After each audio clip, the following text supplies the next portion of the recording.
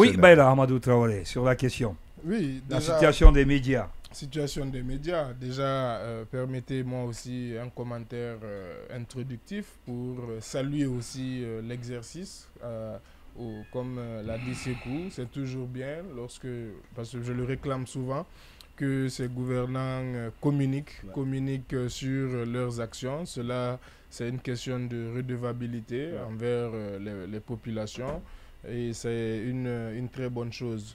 Et comme Sekou l'a dit, j'ai pu le suivre aussi en ligne, c'est qu'effectivement, chacun a pu poser les questions qu'il voulait et lui aussi, il a pu aborder les sujets qu'il estimait, on va dire, importants ou prioritaires.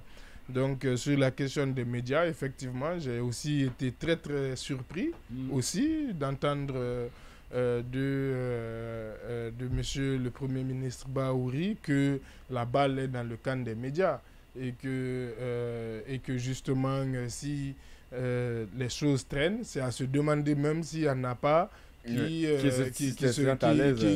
aiment ces situations conflictuelles où ils peuvent se plaindre du gouvernement et dire que le gouvernement est méchant, ils nous brouillent. Mais alors que c'est quand même extrêmement grave. Déjà, je ne vous rappelle pas quand même la gravité de la situation des médias aujourd'hui, des centaines de familles qui sont impactées par cette crise et c'est vraiment difficile en ce moment. Déjà, c'est difficile. Le Premier ministre lui-même l'a dit en abordant la question économique.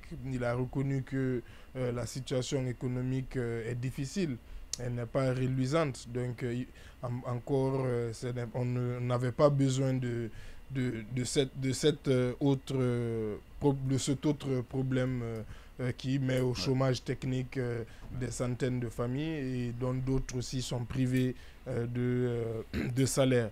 Donc, que des personnes se plaisent, c'est extrêmement grave, mais moi je dis qu'il faut être prudent quand même. Déjà, je me dis, la question déjà qu'il faut se poser effectivement, c'est les associations de presse qui se sont engagées. Effectivement, elles aussi doivent avoir le même devoir de redevabilité quelque part que le Premier ministre pour revenir aussi vers certainement les journalistes au nom desquels ils ont engagé des procédures avec les autorités pour pouvoir essayer de faire le point et dire ce qui bloque. Et aussi, ça serait important. De toute façon, moi, je questionnais la mise en place de cet organe d'autorégulation. Est-ce que justement, comme l'a dit Sekou, c'est maintenant le meublement de cet organe ou bien la rédaction d'une charte ou la mise en place concrète de cet organe? Et est-ce que cela, comme je l'ai dit aussi, il faut que ça se fasse, si cela doit se faire dans une certaine, effectivement, dans une certaine inclusivité. Je veux parler, par exemple, de cet organe ne peut pas être mis en place sans, justement, par exemple, le syndicat pour tout au long du processus pour que, justement, la presse soit vraiment se reconnaisse totalement là-dedans, parce que je disais que l'organe d'autorégulation repose... Je pense que toutes les associations de presse doivent avoir des représentants dans cet organe-là. Oui, mais moi je parle des syndicats, justement. Bien sûr, y compris les syndicats. Y compris les syndicats, voilà, qui doit aussi être représenté. Et parce que je dis que l'organe d'autorégulation ne repose que sur la légitimité, donc l'acceptation et de l'ensemble de la corporation. Donc, ça serait important justement qu'on sache exactement de quoi il en est, quelles seront ses prérogatives, etc. Donc, en résumé, aujourd'hui, les associations de presse, en tout cas ceux qui sont allés rencontrer le Premier ministre et qui se sont engagés, parce qu'effectivement, moi aussi, comme Sekou, j'avais entendu qu'on avait déjà déposé ce qui devait être déposé.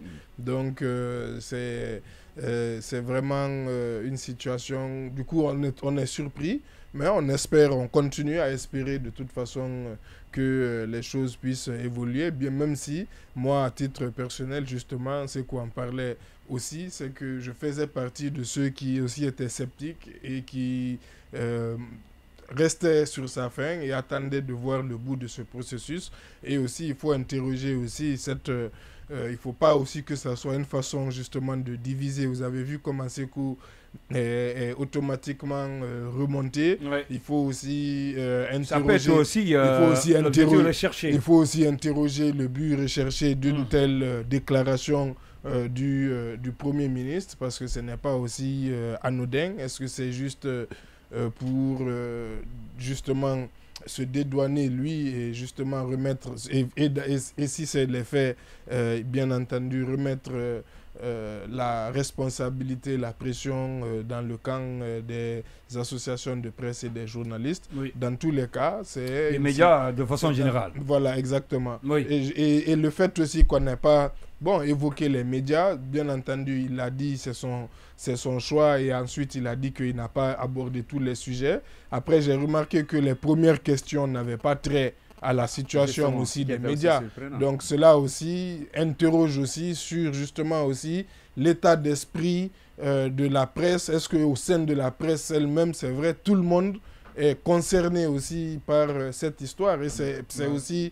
la mise en place d'un observatoire. Oui, la situation voilà, de la situation. Parce que après tout, ils peuvent ne pas être dans l'idée de la mise en place d'un observatoire. Parce qu'après tout aussi, c'est vrai, malheureusement, c'est une réalité, c'est pas tous les médias qui sont impactés. Ouais. D'ailleurs, comme il l'a dit, certains se sentent même mieux dans cette situation que d'accepter de mettre en place. Voilà, en tout cas, parce que je m'étais dit, par exemple, que normalement, à défaut que le Premier ministre en ait parlé, ça devait être la toute première question, la situation des médias, parce que c'est une conférence de presse quand même, justement, où on appelle tous les médias à venir. On sait dans cette situation, et peut-être même sous d'autres cieux, les médias n'auraient même pas répondu ou auraient boycotté peut-être la conférence de presse pour montrer qu'aujourd'hui les médias ne sont pas n'ont pas les moyens, au fait, n'ont pas les moyens d'exercer leur métier, donc de porter la parole quelque part des gouvernants. Et donc cela aussi interroge quand même. Maintenant, on espère, on verra bien où justement ce processus qui a été entamé de négociation et avec cette promesse de cet organe d'autorégulation, où il nous mènera en attendant qu'on puisse avoir ce que j'ai envie d'évoquer. Vous savez, l'organe dont on parle, ça a créé... D'ailleurs, dès le lendemain, ce qui est en train de se passer était prévisible, parce qu'il y en a qui avaient commencé à cracher d'abord sur la démarche. On a commencé par dire on est allé marchander notre liberté, on nous a imposé la mise en place d'un organe d'autorégulation, et puis tout ça c'est pour... Non, mais attendez, ce qui est en train de se dire, c'est-à-dire il faut que l'on soit en phase avec nous-mêmes. Il faut être cohérent. Nous disons que nous avons une hack qui ne nous sert à rien. Une hack qui est devenue une machine qui nous broie. C'est ce que nous avons aujourd'hui comme sentiment. Maintenant, nous-mêmes, on propose, on dit, ben aujourd'hui, pour vraiment éviter que nous nous retrouvions à chaque fois en mal avec les autorités et qu'on se retrouve à la hack et on est sanctionné, nous-mêmes, nous allons mettre une sorte d'organe de veille. Un organe qui aura la lourde responsabilité d'observer, d'interpeller, parce qu'on est des professionnels. Ça sera meublé par des journalistes qui exercent encore, qui connaissent un peu, voilà, c'est quoi quelles sont nos limites, où on doit pas, qu'est-ce qu'on ne doit pas franchir. Si Ndoye sait qu'il est animateur d'une émission, moi je sais que je suis animateur d'une émission. On connaît tous les deux les règles en la matière. C'est plus facile pour moi de dire à Ndoye, je dis, mais Ndoye, ça là, nous savons tous que ce n'est pas professionnel, tu ne devrais pas le faire. C'est plus facile et en fait on connaît. Le tribunal des voilà, pairs. Quelqu'un qui ne connaît pas le métier, va venir t'imposer des trucs. Parfois il y a de ces choses, il faut les expliquer. Certains vont jusqu'à dire par exemple que cette information vous n'avez pas recoupée. Lorsque le gouvernement fait un communiqué officiel, vous n'avez pas besoin de dire non, on n'a pas recoupé. Mais il n'y en a pas. Là, vous vous en tenez à ce que vous dites le gouvernement a dit. Là-dessus, c'est clair et net. Donc, il y a des sujets... Mais pour connaître tout ça, il faut que nous, entre nous, on connaît. On connaît les gens, donc c'est plus facile pour nous d'éviter qu'on se retrouve. C'est ce qui est demandé. Je ne vois pas en quoi cela peut ressembler à... Et puis, ce n'est pas propre à la Guinée. Et mieux, on l'avait connu dans notre pays de par le passé au temps des Thibou. Ça aussi, il faut le rappeler. Le Sénégal tout près, il y en a. Mais est-ce que ça veut dire que c'est une machine... on n'a pas dit que c'est le Premier ministre qui va présider ou que c'est le gouvernement qui va nommer les gens. On dit, mettez en place vous-même cet organe-là, puisque vous dites que ça va vous permettre un peu d'éviter... Vous-même, vous allez gérer. Voilà, avant même que le problème n'arrive à la HAC, nous-mêmes, on aura trouvé une solution. Composée par vous-même et gérée par vous-même. Vous avez vu, même la HAC a salué l'initiative, a même fait une sorte de communication. Plusieurs... vous avez vu un peu des petits messages où la HAC même revenait sur l'importance de cet organe. Oui, mais ça existait même dans le temps. Voilà, donc je suppose que je ne sais pas pourquoi entre nous, les gens doivent dire non, on a marchandé et qui vont même à dire qu'on peut vendre notre... Il a dit, il y a certains qui se, quand même, qui se réjouissent de cette situation.